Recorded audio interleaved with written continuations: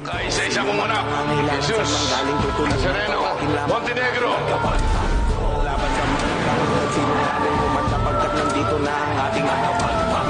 Sino mang nangangailangan sa magaling tutulungan, tawagin lang ang ating akapan. Laban sa mga ganit at sino nga rin kumanta pagkat nandito na ang ating akapan.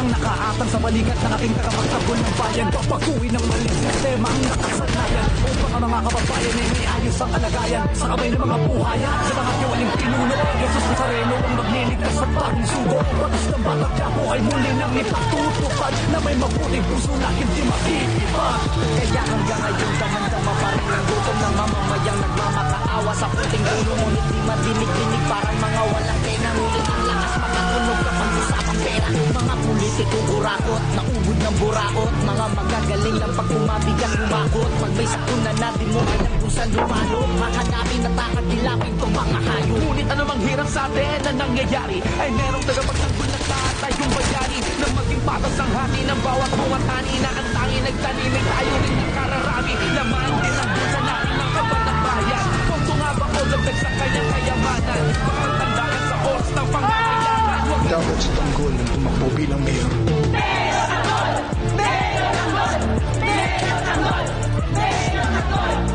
Bale Nazareno, nandito po ako ngayon sa inyong harapan. Humihingi ng gabay sa aking desisyon tumakbo bilang isang mayor. Ang ganda nga rin mo, tanggol.